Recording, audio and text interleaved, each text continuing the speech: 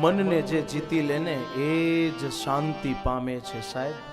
આખા પદનો અર્થ આ છે. सब जग दुखी ही है, वो निश्चय है, वो निश्चित ही है.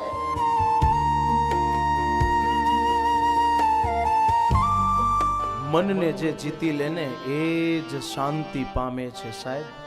આખા પદનો અર્થ આ છે.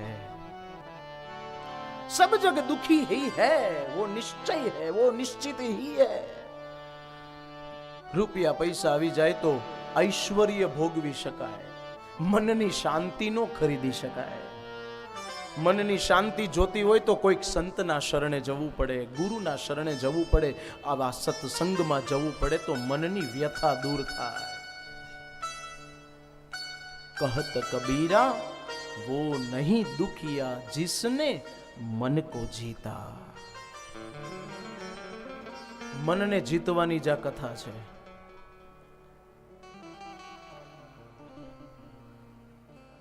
આટલા આટલા અપમાન સહન કર્યા તોય નરસિંહ મહેતાએ મનને જીતી લીધું હતું, એટલે ઠાકોરને આવવું પડ્યું હતું. હે, બધું જ ભલે વિખાઈ જાય, બધું ભલે ખોવાઈ જાય, છેલ્લે મુખમાંથી તો ઈ જ નીકળે, મારો ઠાકર કરે ઈ જ ઠીક. બસ આ ભાવ, સમર્પણ ભાવ. એટલે હું વારે વારે કહું છું કથાઓમાં કે કોઈકના તો થાવ, ક્યારેક કોકને તો સમર્પિત થાવ.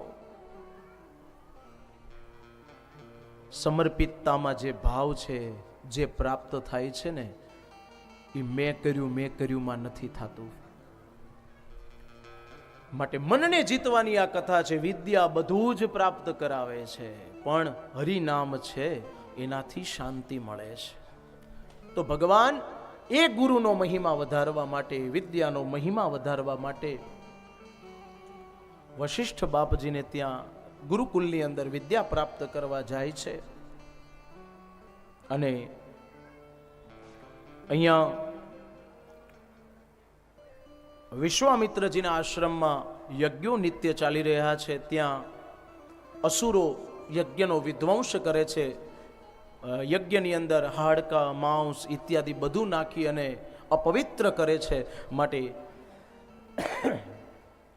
વિશ્વામિત્રજીએ નક્કી કર્યું કે એના માટે હવે મારે રામ અને લખનને બોલાવવા પડશે.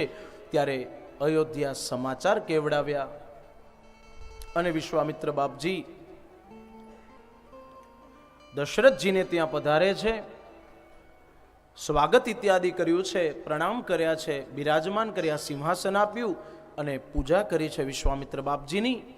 અને એ ગાદીપુત્ર વિશ્વામિત્રજીએ આશીર્વાદ આપ્યા અને દશરથ મહારાજજીએ પૂછ્યું છે કે બોલો આપ અહીંયા આવવાનું, પધારવાનું પ્રયોજન, કંઈ આદેશ? ત્યારે વિશ્વામિત્ર બાપજી કહે છે કે રાજન, પ્રયોજન તો છે, પણ તમે પછી ના નહીં પાડો ને, ફરી નહીં જાઓ ને. દશરથ મહારાજજી કહે છે અમારા રઘુવંશની આ રીતિ છે, રઘુકુલની આ રીતિ છે, પ્રાણ જાય પણ વચન ન જાય. માટે અમે ક્યારેય બોલેલું ફરતા નથી. ત્યારે વિશ્વામિત્ર બાપજીએ કહ્યું છે કે તો હું રામ અને લખનને લેવા માટે આવ્યો છું, માટે તમે આજ્ઞા આપો અને મારી સાથે મોકલો.